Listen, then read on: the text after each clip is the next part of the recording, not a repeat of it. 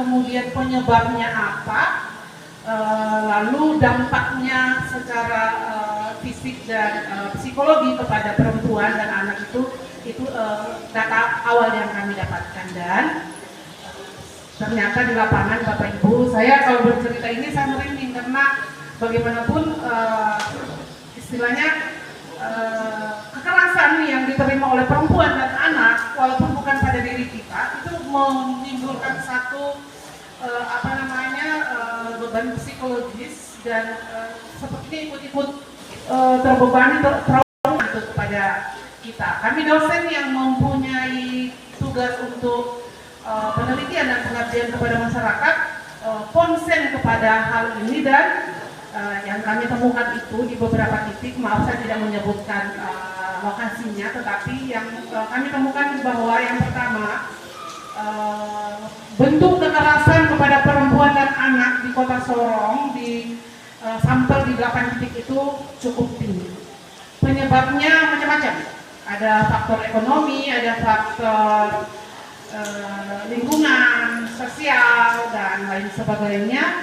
Dan bentuk kekerasan yang diterima itu berupa kekerasan fisik, pemukulan, kekerasan psikologis juga, yang dampaknya diantaranya yang kami himpun itu ada diantara anak yang mendapatkan kekerasan itu secara psikologis dia menjadi tidak percaya diri, kemudian sampai yang parah itu ada keinginan untuk mengakhiri hidup, bunuh diri.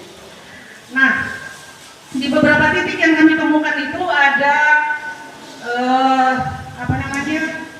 kekerasan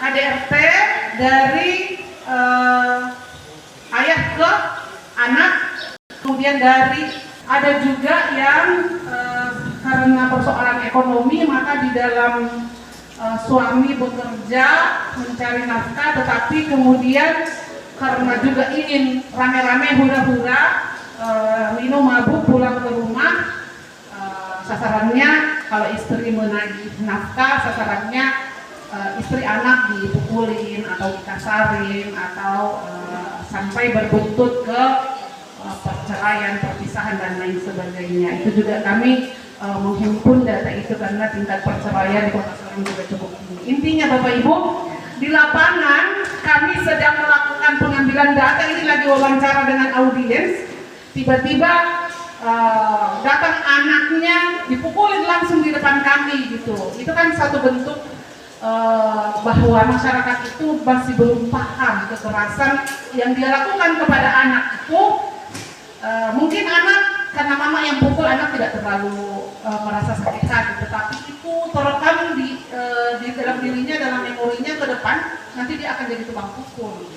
Seperti itu psikologinya. Zaman sekarang model bentuk pendidikan sudah tidak seperti yang dulu lagi. Kalau dulu prinsipnya Bapak Ibu guru cambukan kepada anak itu merupakan satu cambukan itu merupakan emas gitu, yang nanti di kemudian hari menjadi satu kesuksesan buat anak. Tetapi zaman sekarang tidak lagi. Konsep itu sudah berubah seiring dengan perkembangan zaman. Jadi mungkin satu ketika mungkin kita akan duduk sama-sama sepakat bahwa kekerasan dalam bentuk apapun kepada anak didik, kepada murid-murid sekolah dan TK sampai tingkat SMA itu kita formulasi bentuknya, jangan kekerasan fisik atau kekerasan verbal yang menimbulkan dampak yang tidak baik di masa yang akan datang. Seperti itu Bapak Ibu, sekilas dari apa yang sudah pernah kami temukan di